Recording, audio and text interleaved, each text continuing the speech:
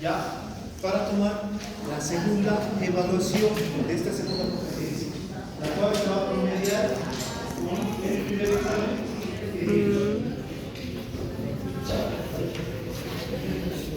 Sangre.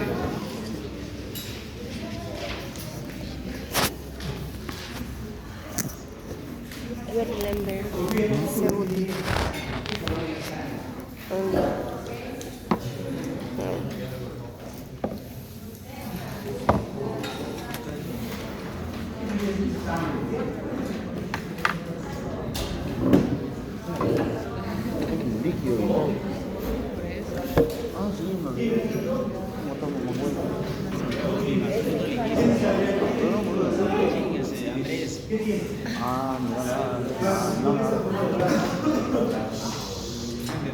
¿Qué más?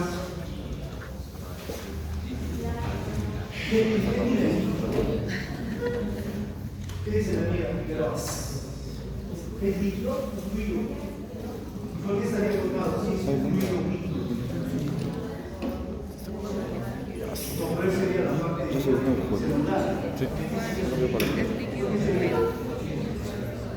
Líquido. Es líquido. Ahora mismo no me interesa. No la entiendo nada. Dice agua. Es un líquido. ¿O no? Esto es sangre, ¿verdad? Voy a ir a leer de base. ¿De pulmonar? Carlos, Ah, ya eso está bien. ¿es un líquido la sangre? No. ¿Por qué? ¿De qué está compuesta? Agua. No, pero es un globo rojo, es la parte. Los elementos agua. Mira lo que haces, ya no. Puedo decir que la sangre es un líquido que contiene agua. Pero ustedes nunca se ¿Cómo callan, podemos ¿no? definir la sangre? La sangre es un fluido donde tiene células sanguíneas, los cuales se encuentran en suspensión con un líquido que es el plasma. ¿Ya? Este plasma está formado por 90% por agua y presenta células sanguíneas. Arturo, ¿qué células sanguíneas hay en la sangre? Glóbulos rojos, blancos, eritrocitos, plasma. Como dice Arturo, como vemos aquí, tenemos glóbulos rojos que forman el 90% de los elementos fórmicos. Tenemos glóbulos blancos, como se neutrófilos, eosinófilos, basófilos. Tenemos también a los monocitos y a los linfocitos. Entonces, todo esto forma las células sanguíneas. Ahora, me dice que la sangre comparte de los tres estados de la materia. El sólido, ¿por quién estaría representado? Pero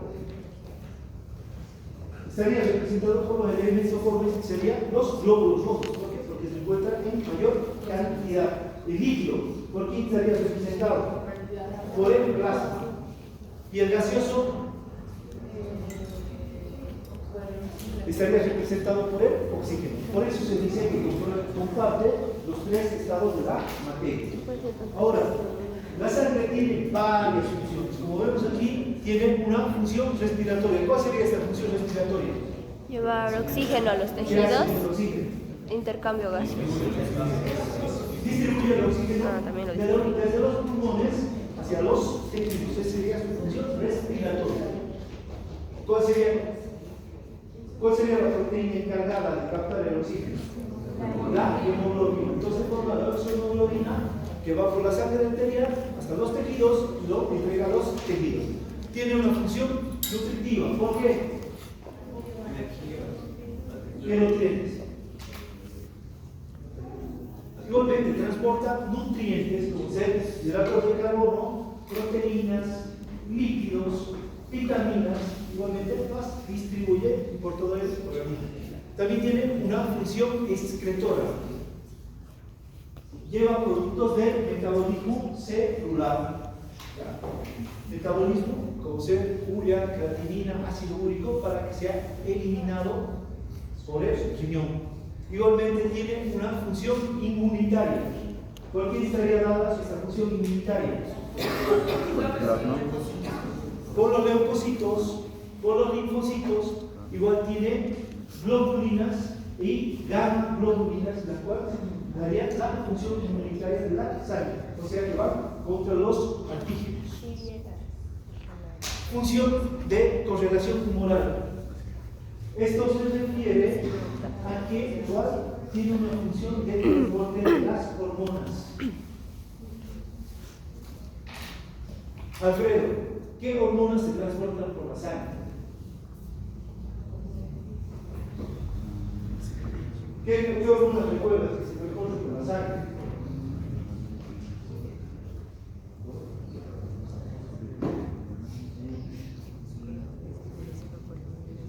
¿Qué tipo de hormonas hay? ¿Pero qué tipo de hormonas hay?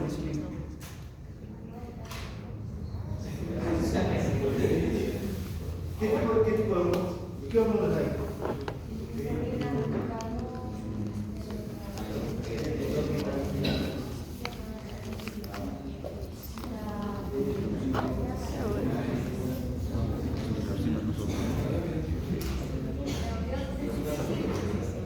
Las hormonas del hipotálamo, de la hipófisis, se secretan en la sangre. Por eso es su función de correlación oral. Transporta todo ese tipo de hormonas. Realmente la insulina. Las hormonas de las glándulas suprarrenales son transportadas, las hormonas femeninas, masculinas, todas se transportan, por eso tienen una función de correlación oral. Igualmente, regulan la correlación oral. ¿Por qué? Porque la sangre se distribuye de manera uniforme en todo el cuerpo. Y este plasma, el líquido que tiene la sangre, da calor. Es por eso que regula la temperatura corporal. Igualmente participa en el equilibrio iónico. ¿Es usted entiende por equilibrio iónico?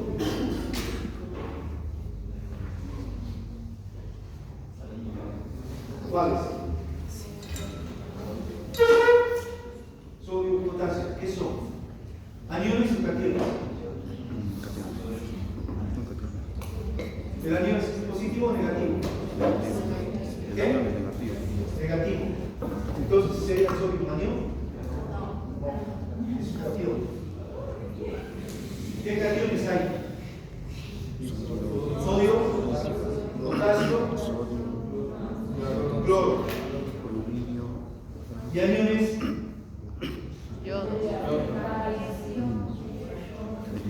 Esos son cationes positivos.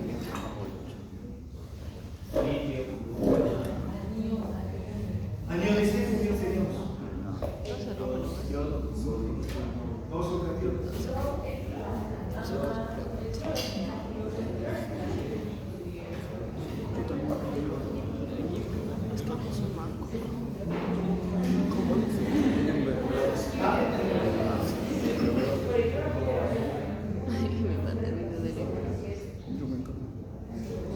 El de TikTok. ¿Has visto? El lente. Porque sí, es negativo porque está global y iónico carbonatos no son negativos, son aniones. Entonces el equilibrio iónico es el equilibrio que hay entre los aniones y los cationes.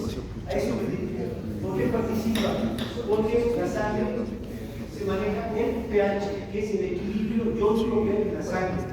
Por ejemplo, en la sangre arterial tenemos un pH de 7.4. En la sangre venosa hay un pH de 7.2.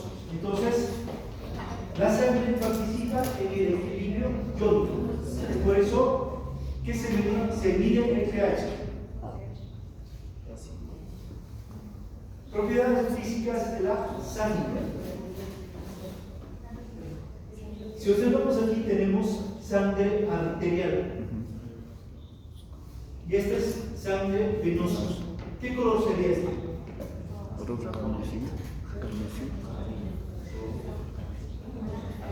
Ah, no, el otro es carmesí. ¿Pero qué color es? Agarran, llegan los químicos, sacan sangre y ellos te describen el color de la sangre.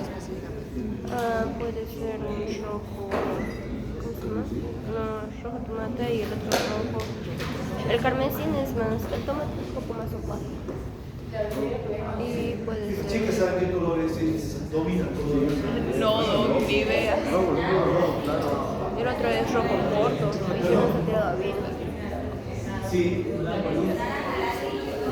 ¿Qué? Naranja ladrillo. No, ese color es cerámico, pues, Sofi.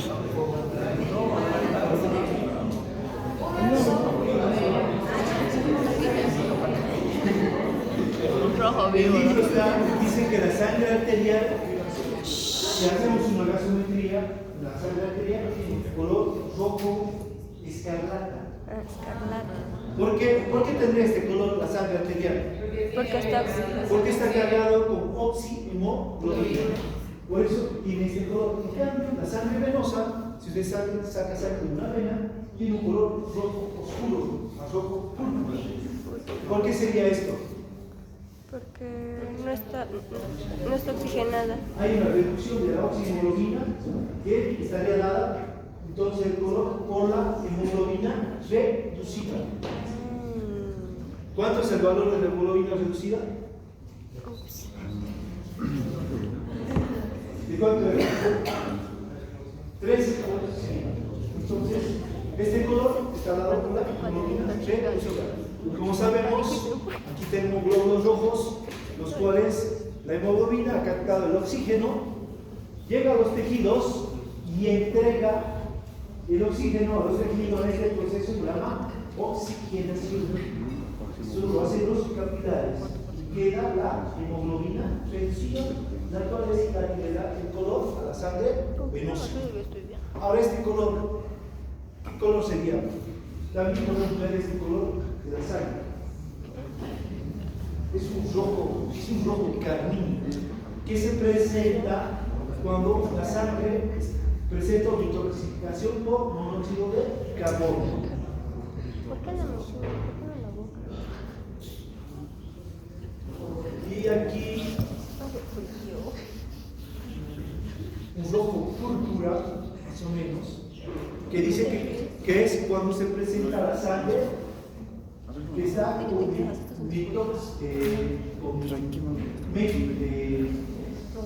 detoxihemoglobina. Entonces, esto sería un rojo púrpura. Ahora, la sangre, ¿qué propiedades, otras propiedades físicas tiene? Tiene una propiedad de opacidad. ¿Qué quiere decir esto? Que no deja pasar la luz. O sea, la sangre es un cuerpo opaco. Igualmente tiene una propiedad de viscosidad. Esta propiedad de viscosidad quiere decir que los elementos formes se encuentran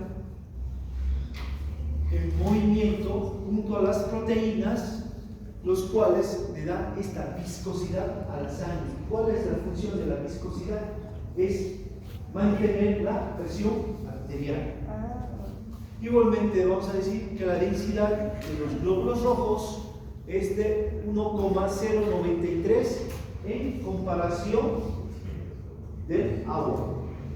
Y la densidad del plasma es de 1,024 en comparación de la densidad del agua, que es de 1,003 a 1,005.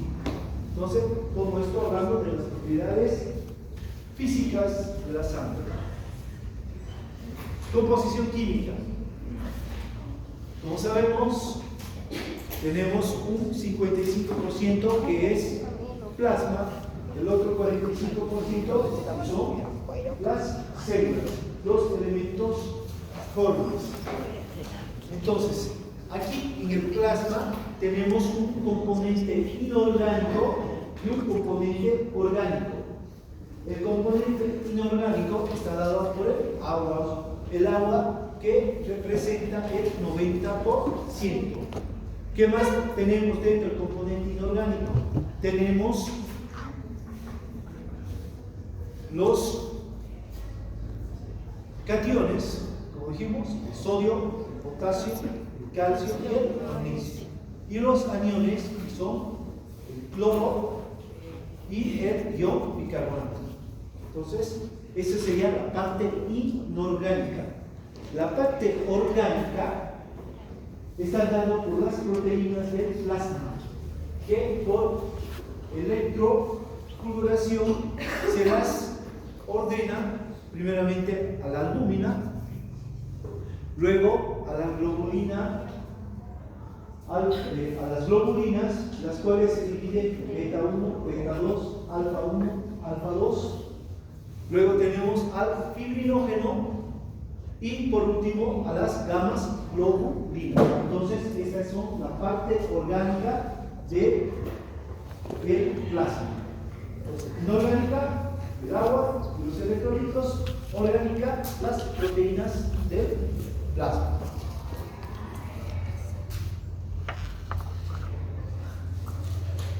Entonces, aquí tenemos a las proteínas del plasma, primeramente la albúmina, como vemos aquí, que tiene un peso molecular de 69.000. Se encuentra en la sangre en una concentración de 3.5 a 4.5 gramos de cilindro. Por debajo de este 3.5, digamos, si tenemos una albúmina de 3, vamos a decir que estamos con una hipoalbuminemia. Igualmente, pusimos aquí, por ejemplo, cuando hablamos de proteinograma, que esto se refiere a la concentración de proteínas totales, y dentro de estas se encuentran las proteínas parciales. Entonces, en mayor concentración tiene que estar la albúmina. Ahora, ¿cuál es la función de la albúmina? O primero, ¿dónde se forma la albúmina? ¿Dónde se forma? En el hígado. La albúmina se forma en el hígado a partir de aminoácidos. ¿Ya? Entonces, esta albúmina, ¿qué función tiene? Tiene una función, por ejemplo, nutritiva. Esta función nutritiva quiere decir que a partir de esta albúmina se forman otras proteínas para los tejidos.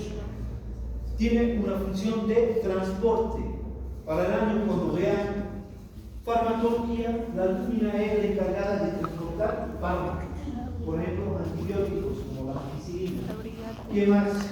Transporte de hormonas, igual tiene esta función la albúmina.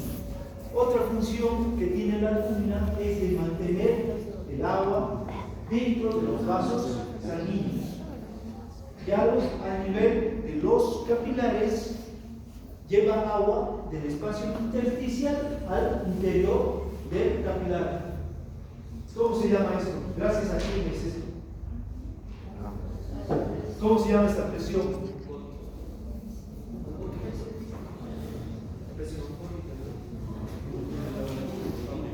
La ley ¿cómo se llama esta presión? Psicológico-osmótica de plasma, que está dada por la albúmina. ¿Quién más ayuda a la albúmina? Esta presión psicológico-osmótica plasmática, aparte de la albúmina. ¿Por quién más estaría dada? Por el sodio. Entonces, tanto la albúmina como el sodio son encargadas de mantener el líquido dentro de los vasos sanguíneos y arrastrar líquido del espacio intersticial hacia dentro de los capilares. Ahora, si hay una enfermedad hepática, como ser cirrosis, ¿la albúmina estaría aumentada o disminuida? Disminuida. ¿Y qué pasaría con esta presión colóico-osmótica plasmática? ¿Estaría más alta? Baja, porque no hay albúmina. ¿Y qué pasaría? ¿Cómo se traduciría todo esto? Edemas. ¿Qué es el edema? Hinchazón. ¿Dónde? Sofía. Los capilares.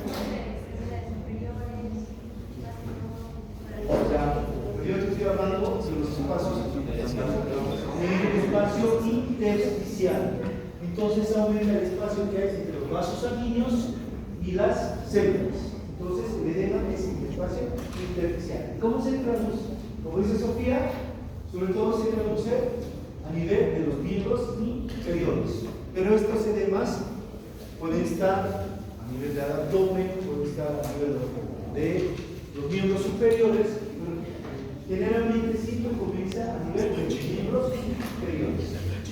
Entonces todo es la función de las albuminas. Luego tenemos las globulinas. Estas globulinas que tienen un peso molecular de 15.000 están en una concentración de 1.5 a 3 gramos de silicio. La vamos a dividir en globulinas alfa 1 y alfa 2,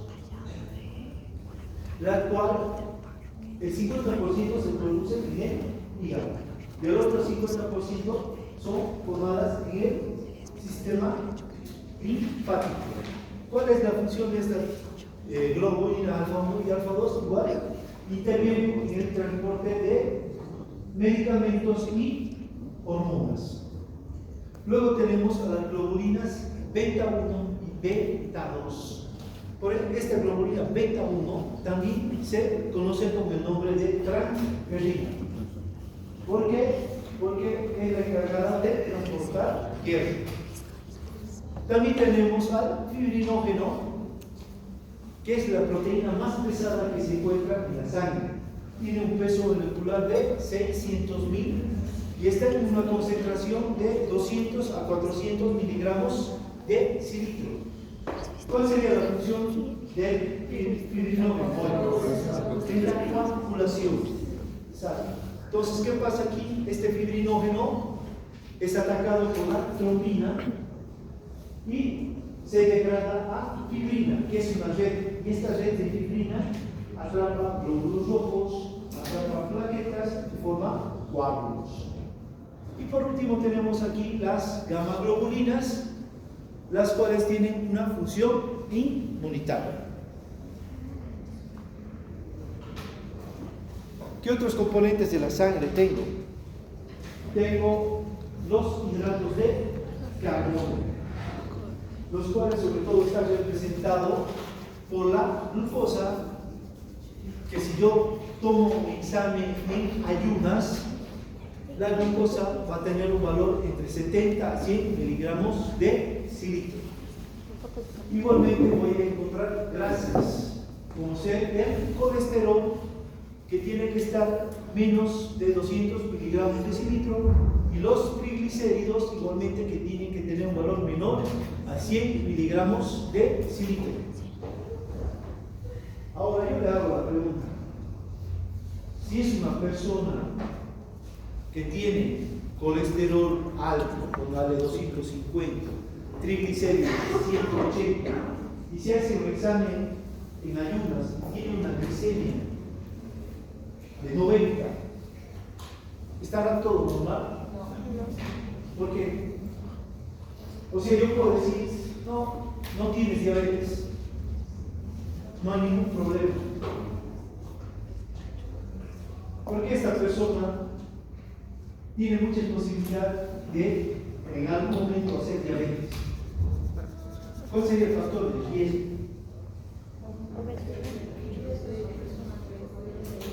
Pero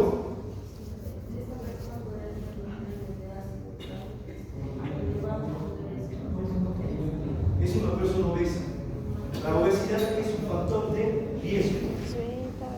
Y al tener el colesterol y los triglicéridos altos, igualmente la insulina, porque ¿qué pasa con los ácidos grasos? ¿En qué se desdoblan? Se desdoblan en glucosa. Entonces, en momentos existe gran cantidad de glucosa en la sangre y el páncreas, las células beta están trabajando intensamente para meter esta glucosa a las células. Por lo tanto, llega un momento que las células beta del páncreas se van a agotar. Por lo tanto, se va a producir una diabetes tipo 2. ¿Okay? Por tener triglicéridos y colesterol alto. Igualmente, dentro de los componentes de la sangre vamos a encontrar enzimas. Por ejemplo, tenemos la transaminasa glutámica oxalacética, la cual la podemos encontrar elevada cuando hay un infarto de miocardio. Transaminasa glutámica oxalacética. Igualmente tenemos a la transaminasa glutámica pirúvica, la cual puede estar elevada cuando hay una hepatopatía. Tenemos igualmente la fosfatasa ácida, igual que va a estar elevada cuando existe alguna hepatopatía.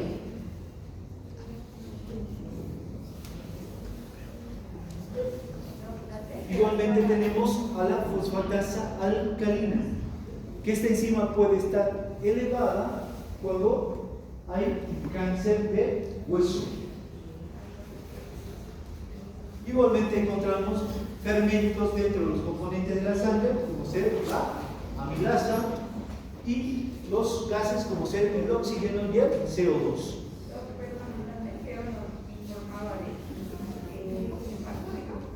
Sí, es susceptible a infarto.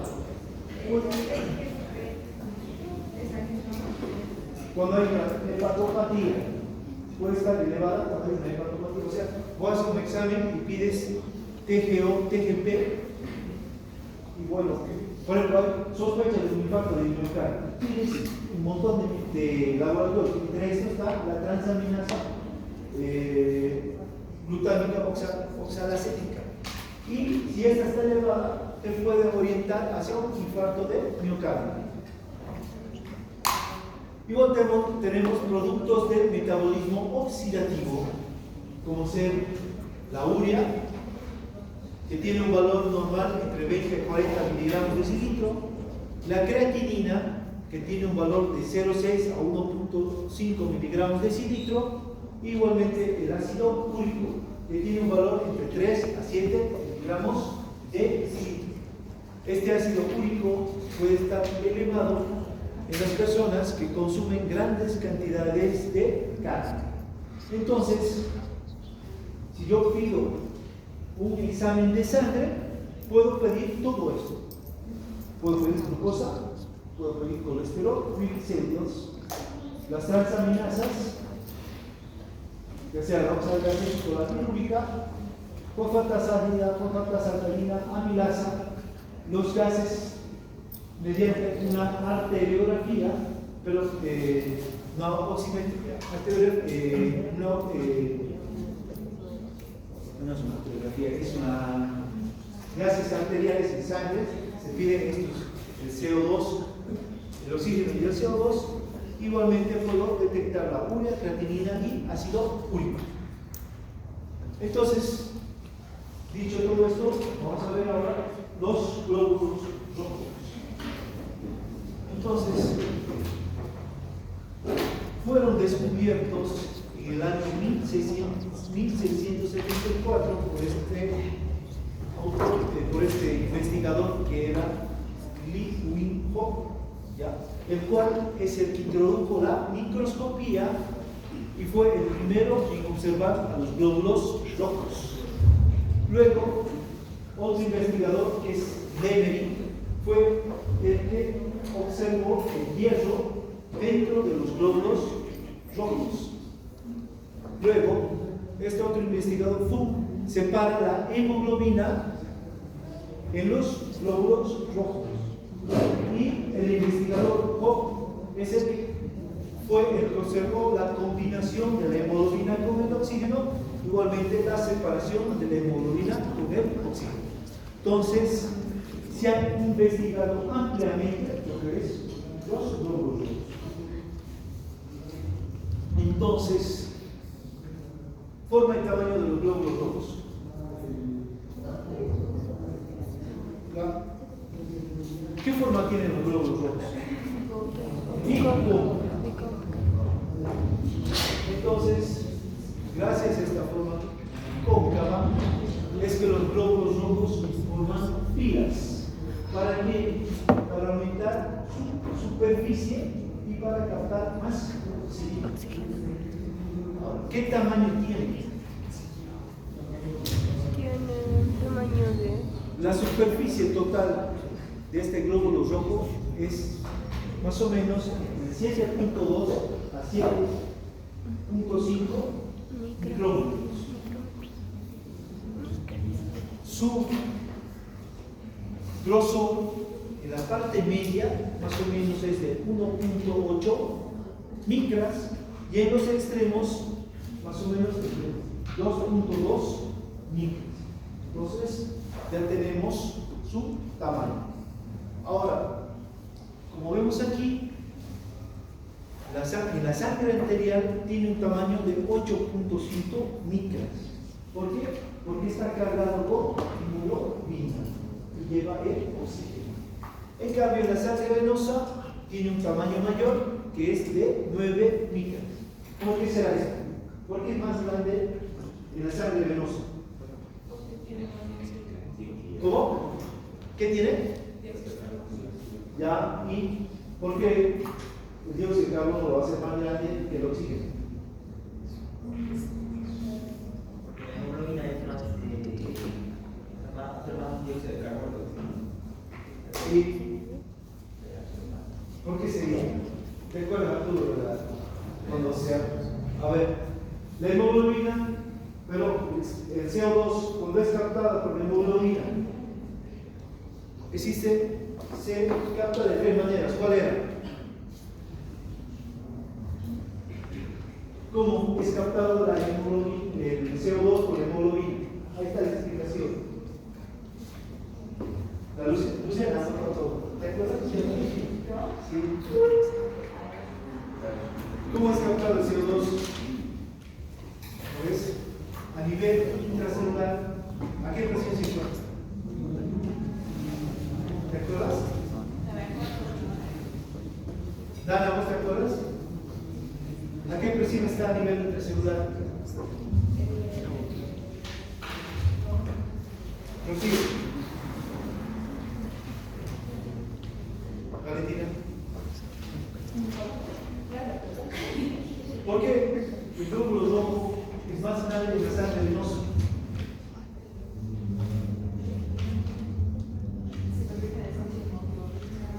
Lucero, ¿te acuerdas? Blanca. El 7% del CO2, ¿cómo es transportado?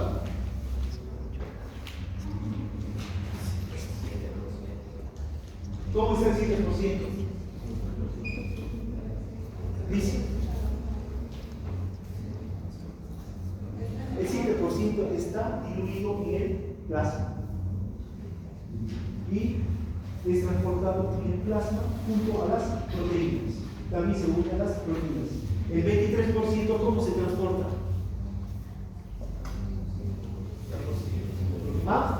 Se une, desplaza al oxígeno y se une a la hemoglobina y forma la carbaminohemoglobina. Y el otro 70%, ¿cómo es transportado?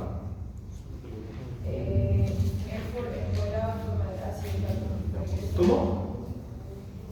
Ingresa con el agua en forma de ácido para ingresar esto. La hemoglobina, el CO2 ingresa al glóbulo rojo, ya este CO2 se va a combinar con el agua y se combina gracias a la anhidrasa carbónica y forma ácido carbónico. Y como hay una gran acidez, este ácido carbónico va a ser degradado por la hemoglobina o reducido por la hemoglobina y el hidrógeno se une a la hemoglobina y el bicarbonato que se forma va a salir fuera del glóbulo rojo y se va a unir ¿a qué? Al sodio. y va a formar bicarbonato de sodio. Y como el sodio siempre está unido a un cloro, el cloro queda solo y ingresa dentro del glóbulo rojo. Y al ingresar el glóbulo rojo, el cloro, ¿qué pasa? ¿Qué arrastra? Agua. Entonces, el glóbulo rojo se hace más grande porque ingresa agua a nivel del glóbulo rojo. Esto es porque es de mayor tamaño, porque se hincha el glóbulo rojo. ¿Está bien?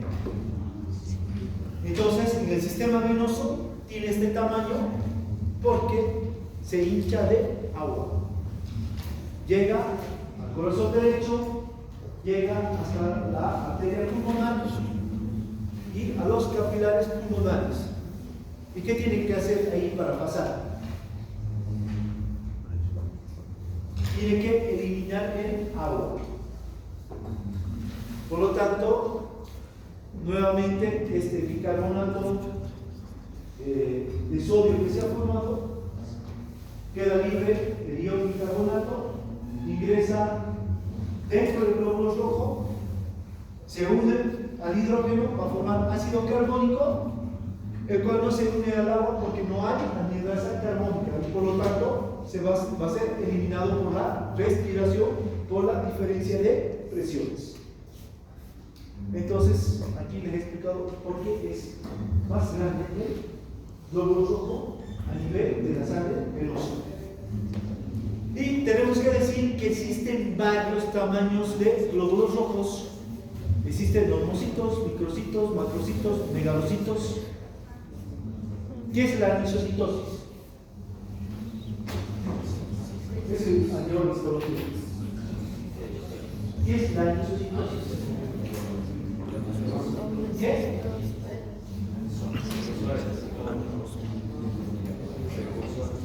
¿Anisocitosis? ¿Qué es anisocitosis?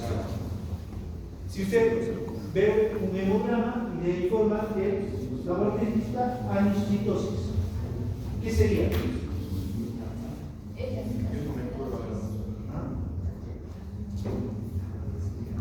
¿A qué me refiero con anisocitosis?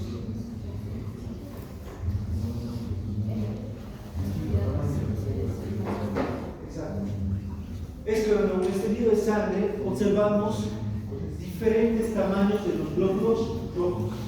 A eso me refiero con anisocitosis. ¿Y por qué anisocitosis?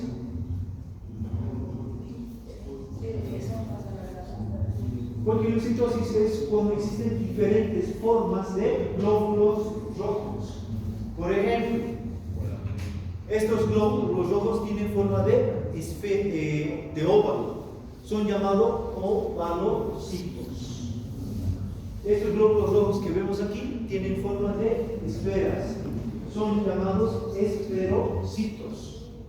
Por ejemplo, aquí, aquí que estoy indicando aquí, la hemoglobina se pone en el centro del glóbulo rojo, da la apariencia de dice la literatura de un sombrero mexicano. A estos se conocen como escudocitos.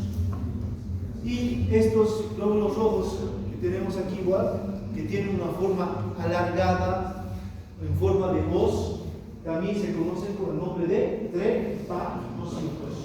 Entonces, estas son todas las formas de glóbulos rojos que podemos observar. Diga.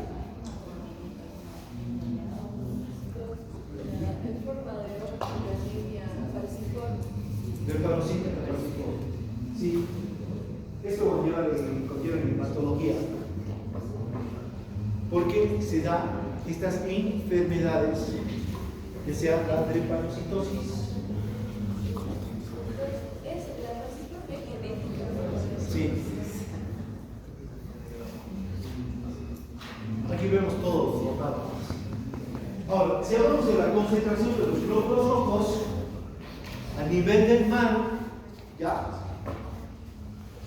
en las mujeres hay una concentración de más o menos 5.4 a 5.5 millones de glóbulos rojos. En el hombre. En las mujeres están en una concentración de 4.8 millones. En la altura, por ejemplo, el Instituto Boliviano de la Altura ha determinado que la concentración de glóbulos rojos a nivel de La Paz, a 3.600 metros de altura, es de 6 millones de glóbulos rojos. Y en las mujeres es de 5.5 millones de glóbulos rojos. Ahora, si yo hablo de una policitemia, ¿a qué me refiero? ¿Qué tiene con policitemia? O poliglobulia. Hay muchos glóbulos. Es el aumento de glóbulos rojos. Y ahora voy a hablar, por ejemplo, de una poliglobulia o una policitemia relativa.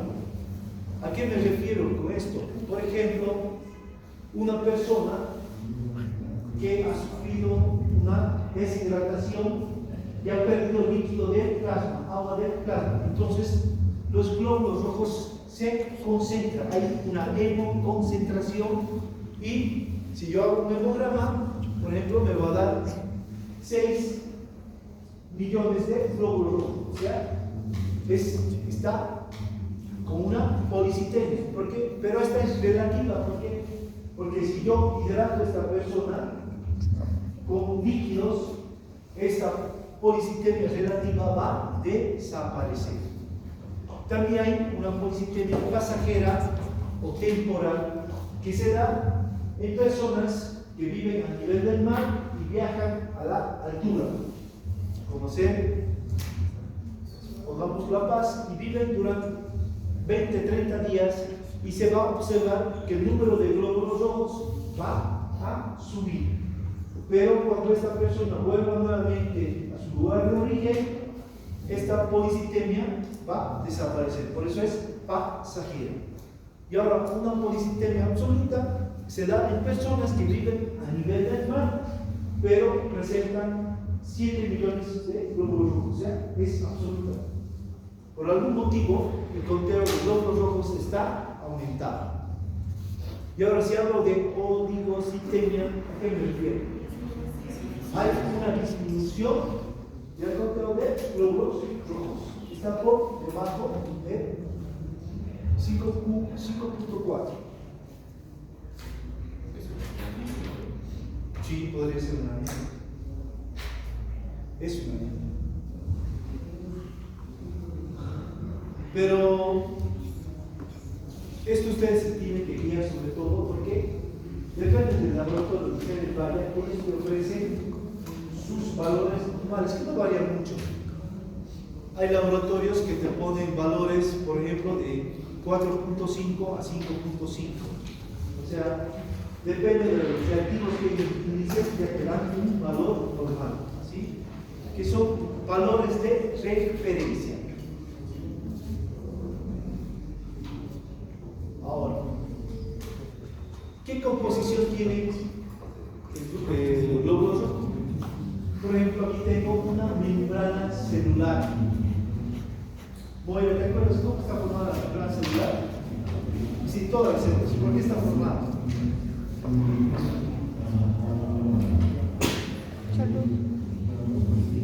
¿Qué? Fosfolípidos. Entonces está formado por fosfolípidos, proteínas. Estos fosfolípidos son los que le dan la elasticidad a la membrana celular del glóbulo rojo. Aparte, permiten el paso de ciertas sustancias, como ser el oxígeno, el CO2. Las proteínas que tiene, por ejemplo, tiene la actina, la cual le da una característica de concentración al glóbulo rojo. Igualmente, tiene proteínas, como vemos aquí, que tienen una secuencia de aminoácidos, los cuales fueron descubiertos a principios del anterior siglo y le dieron el nombre de aglutinógenos o antígenos. ¿Cuáles eran estos? Eran los aglutinógenos o antígenos A, aglutinógenos o antígenos B A, B y C. Y son los que nos dan el grupo sanguíneo, ya sea A, B y C. Estas proteínas. También existen otras proteínas, como vemos aquí, que según la secuencia de aminoácidos nos da la proteína LH positivo. Y también existe otra proteína que es la HL, pero esa no se la nombra. Después existe otro tipo de proteínas igual, que son la M, la N, la S, la P, pero esas no juegan ningún papel en los grupos sanguíneos. Sobre todo, esas proteínas se transfieren nada más de padres a hijos. Entonces, gracias a estas proteínas es lo que nos dan los grupos sanguíneos. Estas proteínas aglutinógenos son los que nos van a dar los grupos sanguíneos y por lo cual nosotros tenemos que conocer para hacer las transfusiones.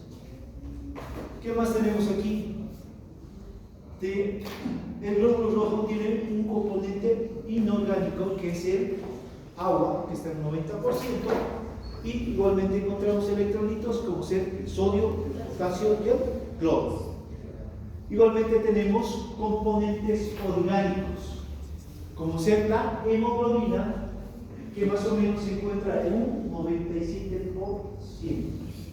El resto, bueno, algunos libros dicen 95, otros 97.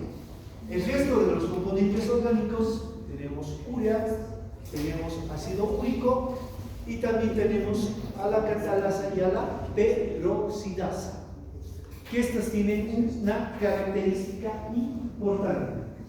¿Alguna vez alguien ha echado agua oxigenada a la sangre? ¿Qué pasa?